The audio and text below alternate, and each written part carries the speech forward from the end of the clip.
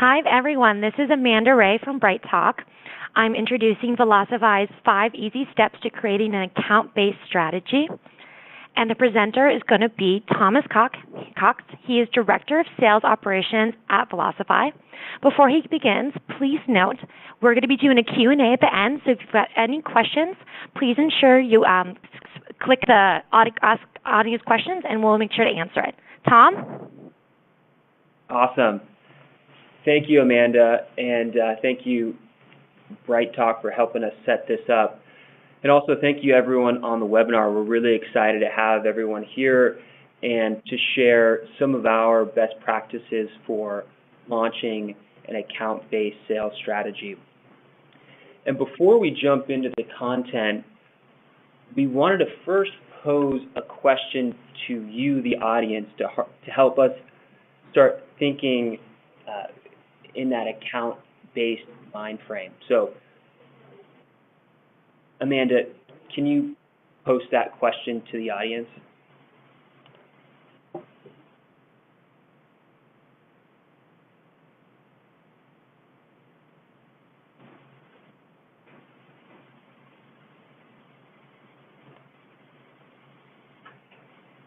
So here is the question. So the question is, why are you interested in account-based selling? And so some of the feedback that we typically look for is either to increase revenue, to align sales and marketing better, to maybe take a more focused selling approach.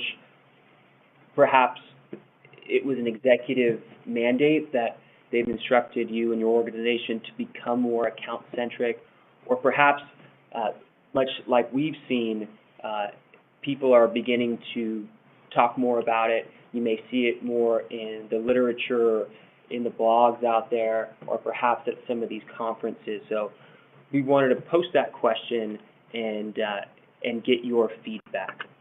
So it looks like we're just getting that question launched.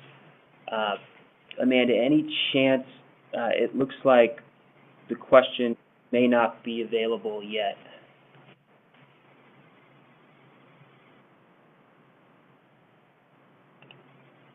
Great. So it looks like it's up. And the 2 early leaders, it looks like we're going to post this just for a minute or so. So if you can go ahead and cast your vote so we can get that feedback, would be fantastic.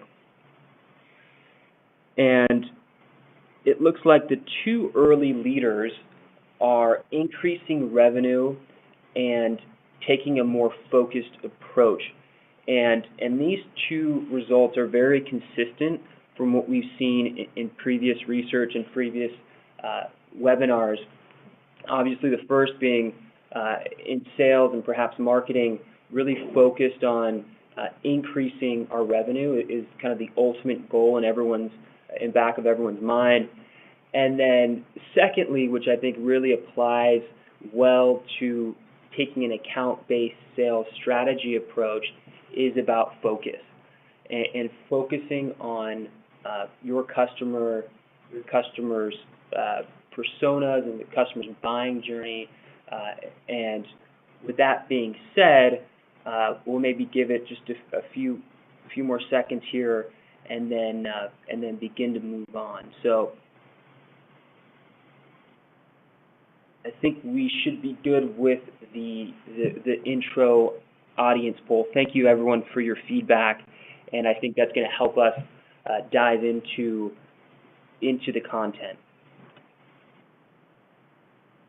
So before we jump in, I wanted to give a brief introduction to account-based selling. So I'm assuming most on this webinar are somewhat familiar with what the concept is all about. And the way we define it, it's really about aligning your sales and marketing teams around what matters most.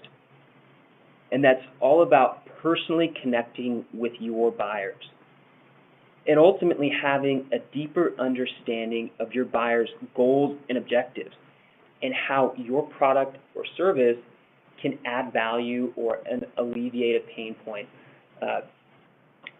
And we're really excited to dive into the content. Before we do so, some of the pieces that you'll gain from this webinar are one, tips for mapping out your ideal buyer persona and doing that in partnership if you're in sales with marketing. Secondly, getting ideas for personalized content and helping moving your buyer through that sales cycle faster. And then additionally, we'll cover towards the end, what are some of the key metrics to measure and ultimately optimize your approach and your sales strategy.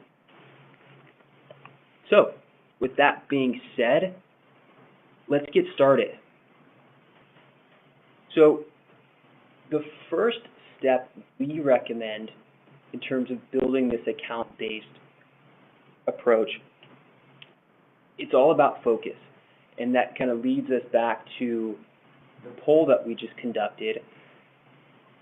One way to begin thinking in this account-centric framework, we recommend creating what we call a Dream 100. It doesn't necessarily have to be 100, but it could be 20, it could be 40, 50, but building a list of target customers and thinking about who would gain the most value from your products and starting there. And I think that will help really kick off the process of this account-based selling strategy. So with that being said, we recommend starting at that really high level, 10,000-foot view, and then really zooming all the way down and into, in a very granular fashion, into those companies, and looking at what are some of the characteristics of those companies that you may be able to find. And so some of the typical characteristics obviously are vertical based. It could be industry. It could be the size of the customer. But as you continue to dig deeper, it may be what other products that company uses. For us, one of our products, Pulse, we look at, do they have Salesforce as their CRM? Are they also using a marketing automation tool as an example? So what does that customer profile look for you? And some of the three key characteristics that we use to help define that company profile is starting one with the qualitative data.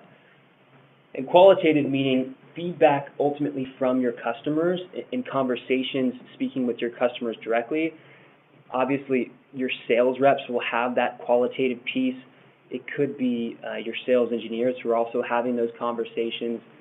And we also recommend people who aren't necessarily customer-facing. So for myself in sales operations, even having your non-customer-facing folks go speak with 10, 20 customers and get that qualitative feedback. The second piece is quantitative and looking at perhaps historical win rates.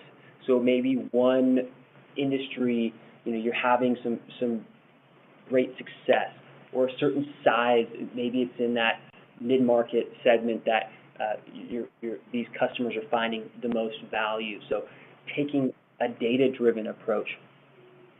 And thirdly, this is one of the more emerging pieces of technology in the space, but using some kind of predictive scoring technology.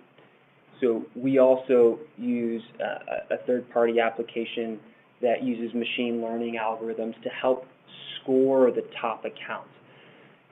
And so using a combination of those three, you can begin identifying which company profiles are the best fit for your product or service. Now, to add on to that piece, it's also super valuable to then dive in a level deeper to look at then the individuals and the individual personas associated with that company profile. And now that may vary from product and service to service, but some of the core personas that we see, especially in this account-based selling framework, where it's relatively more complex and you're going to have perhaps more people involved in closing that deal, we usually start with an influencer. So someone who interacts with the product or service the most or in a deep fashion. There's typically a champion, and so this is someone who is a champion of your product at that company, and that's typically your main point of contact, and someone who will help you shepherd the deal to close. Thirdly, we typically see some kind of detractor. It's someone who is a roadblock to closing that deal. So it may be, for example, someone in IT who isn't comfortable with your integration or perhaps has some security concerns. It could be someone in the finance team who is concerned about the price or budget that you have to overcome. So those types of things that we see in terms of the detractor. And then fourthly, there's a decision maker. And so this is someone who's going to be signing the contract, and perhaps if you have a service agreement that may be going through and redlining or requesting red lines, but you'll typically have a decision maker who will close the deal, and that may be a CEO or CFO or someone in the executive suite. So to come back to that point, it's understanding both the company profile as well as the buyer persona. So start there and begin mapping those two out. So the next piece, part two, is understanding not only who these companies are and who the people are, but also how do they buy and what is the buying process for that company and that sale. And you want to understand what makes each of those personas tick. How do they each think? So, for example, a sales leader may think differently than the CFO, or the IT leader may think differently than the HR leader. And understanding that level of the buying journey is really the second piece. And so how do you understand this? And what we recommend is starting with the status quo, meaning what are those companies and those personas, what are they doing today, and how are they getting along without your solution or your product? And really understanding what are the pain points and how can you or your product add value and alleviate some of that pain. And that's really a key part of understanding where they are today. And also, how are the different personas intertwined? And more specifically, not only how they're intertwined, but where and when do those personas surface in that buying journey, in that buying process?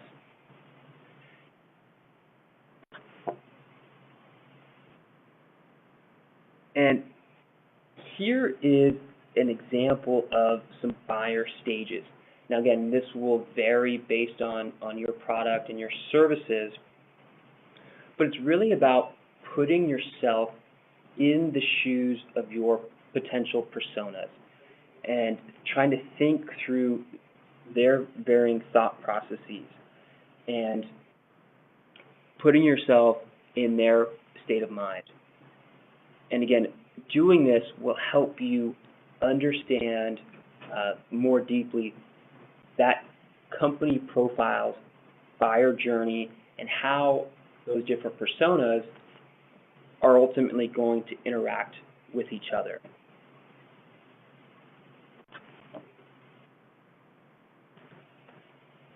Now, the third piece, this is really important. So when we think back, we now have, you start with the company profile. You start then with the personas within those companies.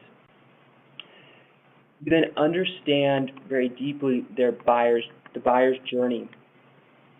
Now, the third piece is about building your sales process that is deeply aligned to that buyer's journey. So again, it's really thinking customer and account centric, and then building and mapping your selling process to that journey. And what we're going to go through here shortly is how you then think about building different plays, content that's designed for each persona and each stage, with the ultimate goal of developing consensus with that potential prospect and within that company profile.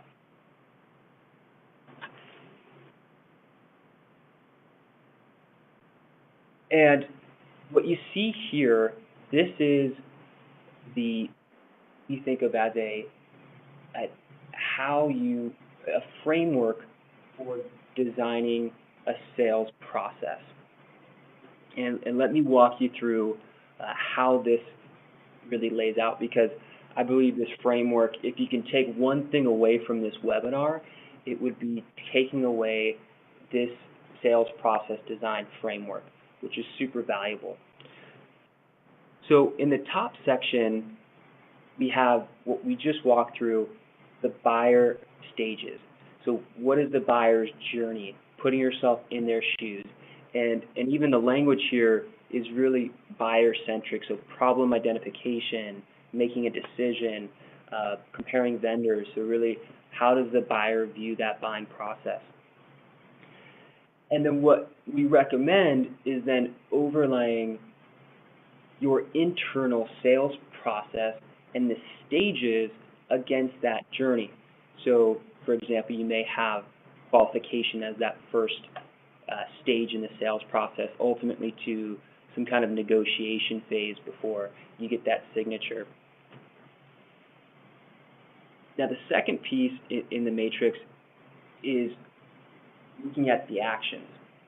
And the actions are really about what is happening in each stage of the sales process. And most B2B companies that we've seen, you may have different individuals at your own company. So, for example, for us, we have an SDR team that qualifies. Then you have an AE who's then closing the deal. So really the point is what's happening at each stage of the sales process. Now, the second piece, or I should say the third piece, are the plays involved for each stage. And these are really strategic, they're preconceived, and they're targeted for that piece of the buying process.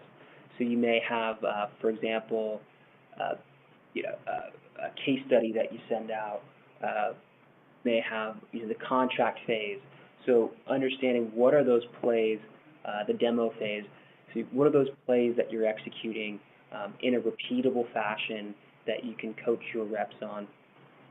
And then lastly, this is a super critical piece of designing and ultimately being able to measure very clearly your process, and we'll get to the measurement piece a little bit later, but what is the exit criteria? So what is the criteria and how do you define that so the deal can move into the next stage? So it may be a meeting happened or the buyer signed the contract or whatever that criteria may be, but it's important to clearly define that so that the team can move to the next stage, and then as sales management and the executive team can have a very clear view of where the deals sit and where the pipeline is. So super critical.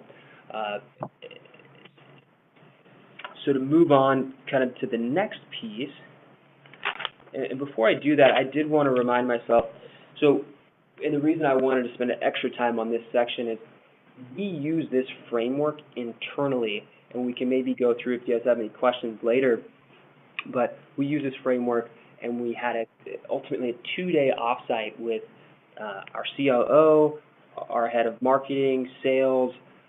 We also invited sales engineering to really get aligned as a company behind this account-based selling model. And so getting that alignment internally at your own companies is super critical when you think about launching this internally. So to move on, so now that we have our target buyers, target personas, we understand their buying process, we built the sales process against that buyer's journey. The fourth piece is about creating content and aligning it to the key personas and to the stages.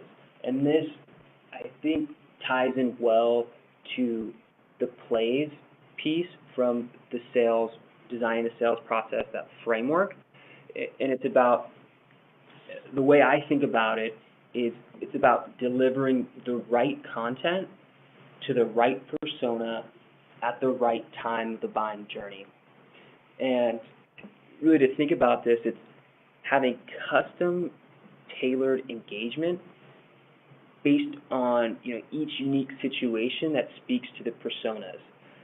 And this is really critical, having this built out. And again, this comes back to that alignment piece of internal alignment of having sales and marketing and perhaps other divisions as well ultimately aligned to optimize and ensure that you're delivering according to the buyer's journey. An example that I like to think about is kind of outside the selling example or outside the selling world. But I think of Amazon, and I think of, I'm sure many of you have used Amazon. I'm a big Amazon Prime user.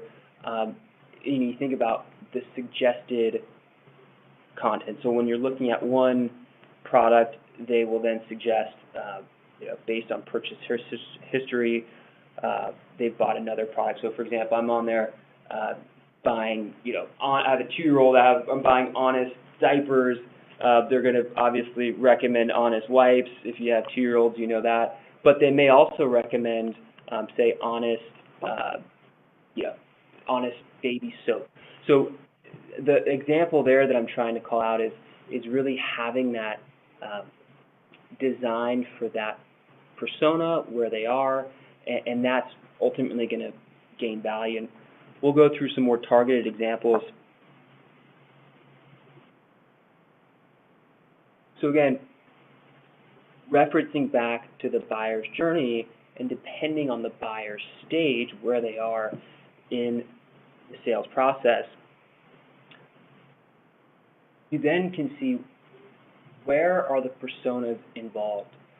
So early on, you may have a VP of sales or a director of sales development that you're trying to sell your solution to, and you may provide case studies. And the case studies may be targeted to their industry, directed specifically for their persona.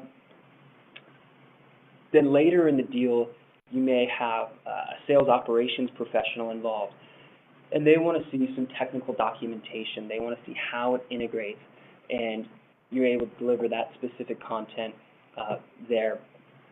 And then perhaps later in the deal, the CFO, he wants to look at some of the hard numbers, and so you provide him with an ROI calculator that's very numbers based, and that will provide that kind of rigor and analytical rigor that his persona is looking for. So again, it's having that custom tailored content aligned to the process, ultimately to the journey and to the persona, where we see the most amount of value in terms of launching this account-based sales strategy model. And then lastly, the fifth piece is all about measuring, learning from what you've developed, and then continuing to optimize it. And the phrase we like to use is inspect what you expect. And so some of the research, as you can see, companies that have a guided selling and account-based model that companies aligned upon, it leads to more revenue. It leads to a reduction in sales cycle time. So really creating more consistency, building that repeatable process, and ultimately that's metrics and data driven is super valuable. And then obviously having the tools and the technology to support this kind of framework. Obviously, that's where our software comes in, and other software as well.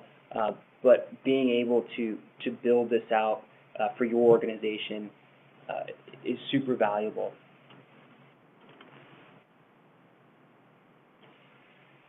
And then in addition, when we think about kind of which metrics mean the most to us when we think of this account-based sales strategy, the first is all about sales activity. And the phrase that I like to use is event-driven data. And so this would be, what are your reps doing to either prospect these accounts, work the deals with these accounts, what is the rigor, how many calls, how many touches, and really ensuring that each account is being worked properly. So starting with activity. The next is, I would think about this as conversion.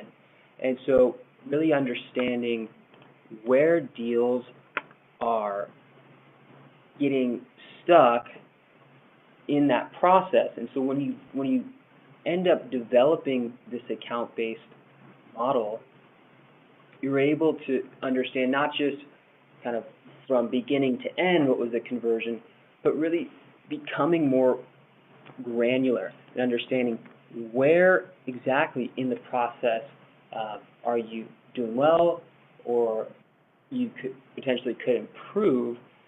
And so looking at that stage by stage conversion and really understanding what is another way to say it is, what is the shape of your funnel, right? So you've seen some really interesting things there. And that ties in nicely to the last piece. It is getting kind of to that rep level engagement. So measuring each of your reps, and we have kind of a scorecard-based approach, but really understanding how each of your reps are doing, how can they improve, and also tying it back to these other metrics. And ultimately, it comes down to how they're selling. So those are the three that we really like to zoom in on and focus on. So with that being said, to wrap things up, so the 5 easy steps, and again, if you guys have any questions, feel free to reach out. We'll have Q&A right after this, or reach me via email. But the 5 easy steps, again, are understanding who are your target companies, and what does that look like for you. Then understanding within those companies,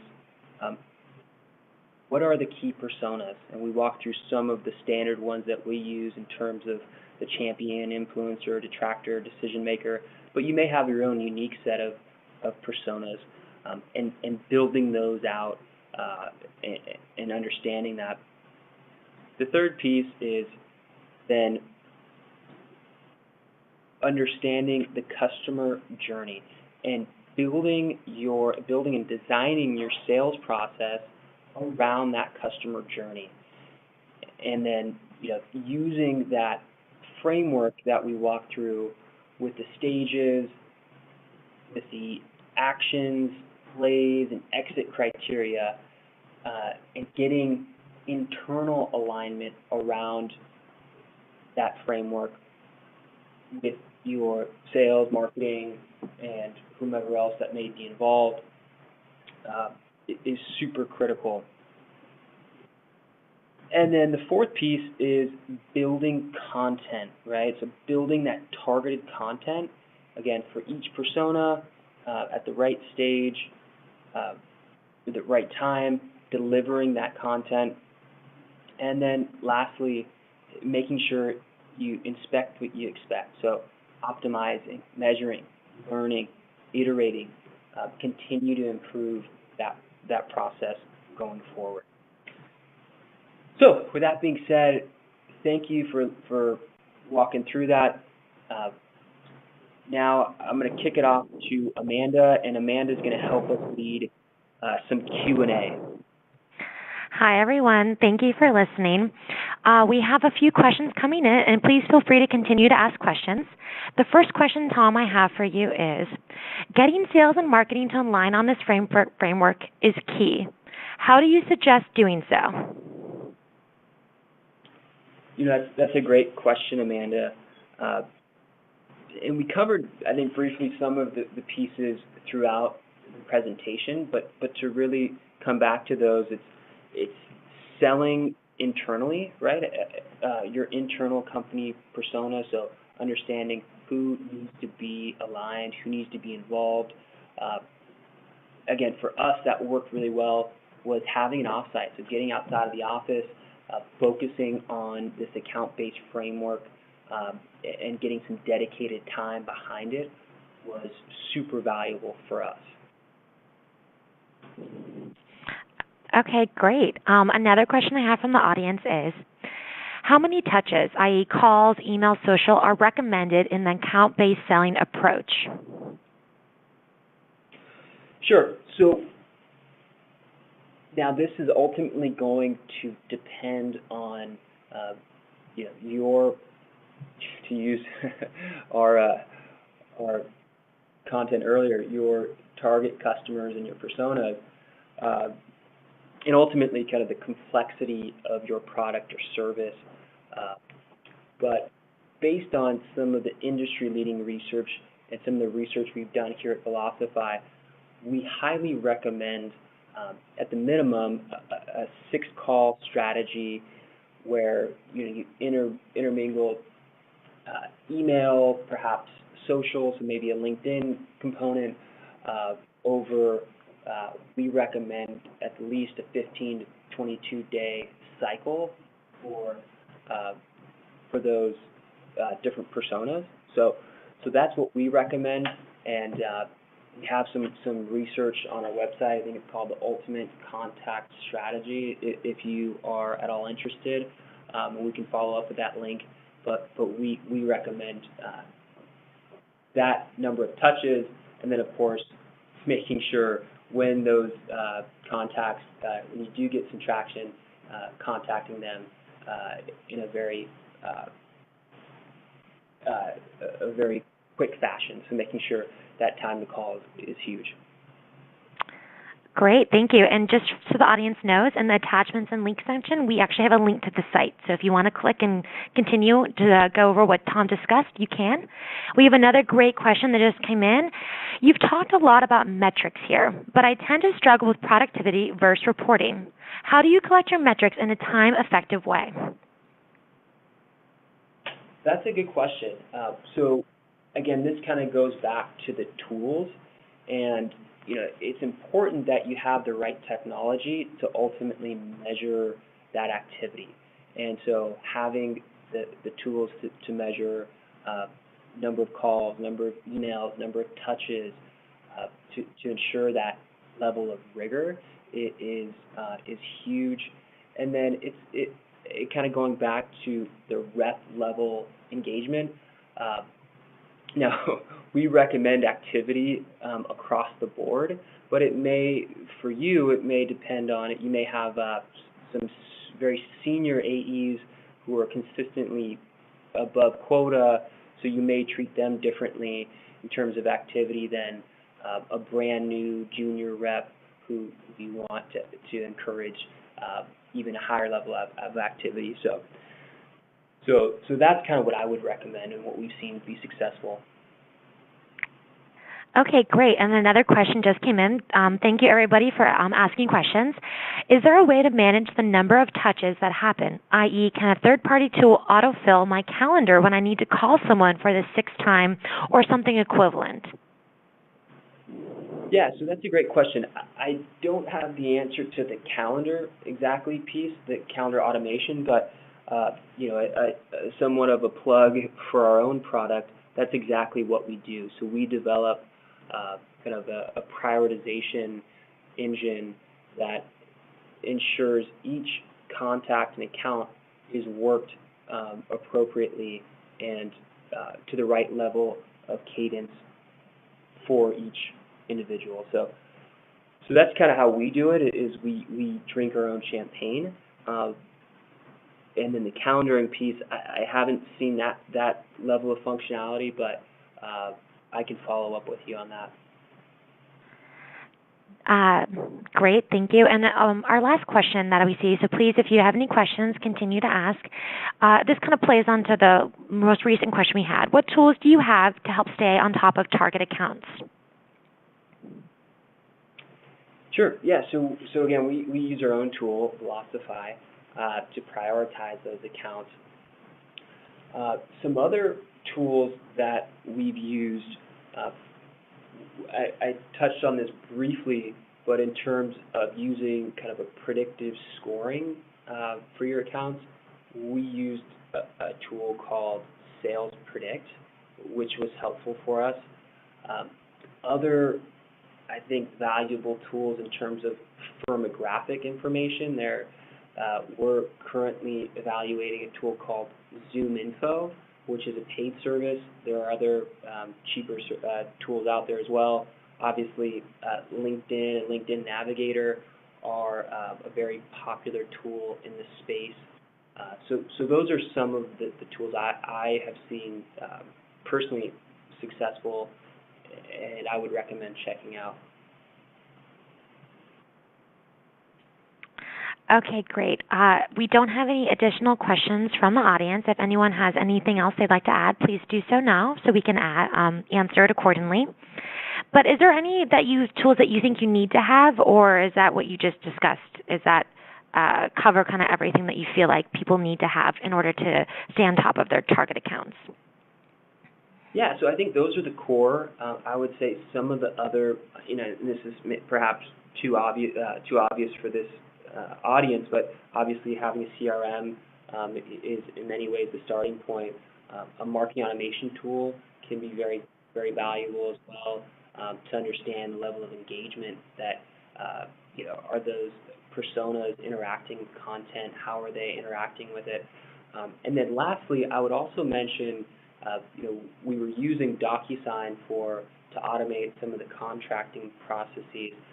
And we were just launching a tool previously called Octave. They just rebranded they were called Tinderbox. They rebranded to Octave.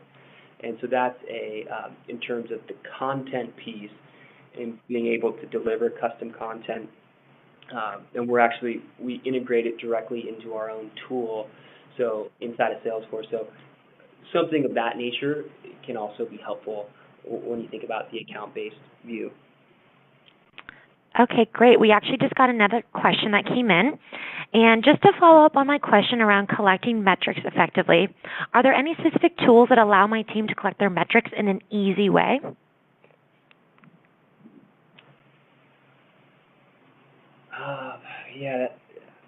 So we use so the metrics piece, obviously, like I said, you want it to be event-driven is kind of the modern way to do it. So what that means is being able to I guess we could say take an action, but in terms of, say, you sent an email, you want that to be automatically logged. Or if you, say, have your reps call someone, you want that to be automatically logged and that recording to automatically be logged in your system. So you don't want to have your reps having to log a task and say they did something, which is kind of the legacy way to do it. So again, we use our own tool to set all that up. The click to dial, click to email, all of that is tracked. In terms of like if you're looking for maybe just more like analytical horsepower, a tool that we enjoy here is a tool called Tableau, where you can do some more analytical lifting if you'd like. There are a number of other analytics tools, Looker, and those are kind of the ones I've seen, but I know there's a handful of others as well out there. Okay, great. That seems to be all the questions we received from the audience. If you have any additional ones, please let us know. We'd love to answer before we end this presentation. Just want to quickly add that if you'd love to download this presentation, it's in the attachments and links. And if you'd like to visit Velocify's site, that's also in the attachments and links section. If you have any questions that were not answered, Tom and his team will follow up accordingly, and then this webinar will be available on demand shortly after. Thank you, Tom, for presenting this, and we've learned a lot, and we love all the great answers you gave for those questions. Okay, and thank you, Amanda, and thank you to the audience for attending. So I really enjoyed having you guys on. Yeah, thank you. Have a great day, everybody. Mind frame. So, Amanda, can you post that question to the audience?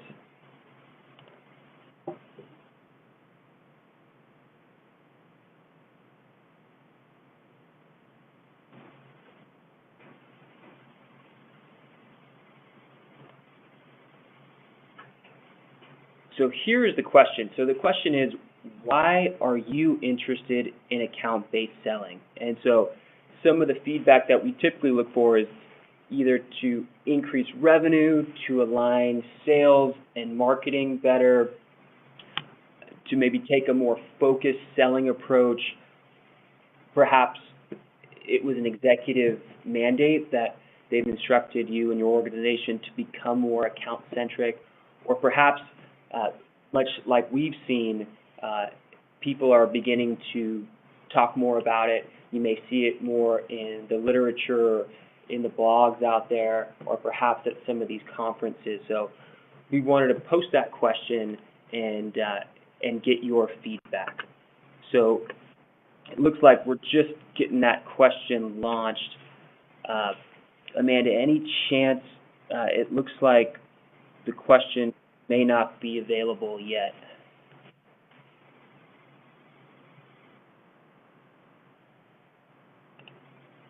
Great. So it looks like it's up. And the two early leaders, it looks like we're going to post this just for a minute or so. So if you can go ahead and cast your vote so we can get that feedback, would be fantastic. And it looks like the two early leaders are increasing revenue and taking a more focused approach. And these two results are very consistent from what we've seen in previous research and previous webinars.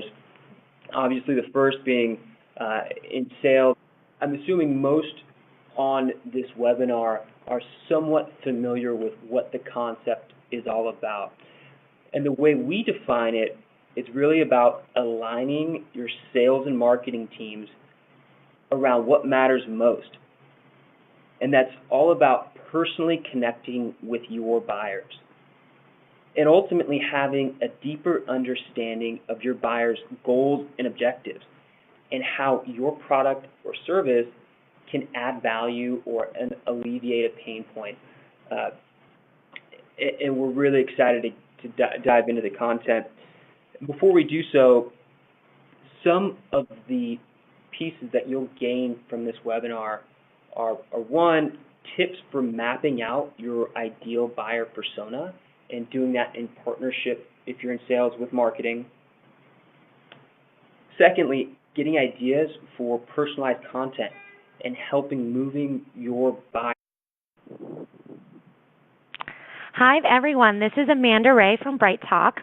I'm introducing Velocify's 5 easy steps to creating an account-based strategy. And the presenter is going to be Thomas Cox. He is Director of Sales Operations at Velocify.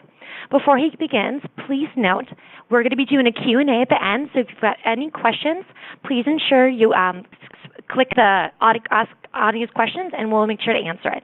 Tom? Awesome. Thank you, Amanda, and thank you, Bright Talk, for helping us set this up. And also thank you, everyone on the webinar. We're really excited to have everyone here and to share some of our best practices for launching an account-based sales strategy. And before we jump into the content, we wanted to first pose a question to you, the audience, to help us start thinking in that account-based and perhaps marketing really focused on increasing our revenue is kind of the ultimate goal in back of everyone's mind. And then secondly, which I think really applies well to taking an account-based sales strategy approach, is about focus and focusing on your customers' personas and the customer's buying journey. And with that being said, we'll maybe give it just a few more seconds here, and then begin to move on. So I think we should be good with the intro audience poll. Thank you, everyone, for your feedback, and I think that's going to help us dive into the content. So before we jump in, I wanted to give a brief introduction to account-based selling. So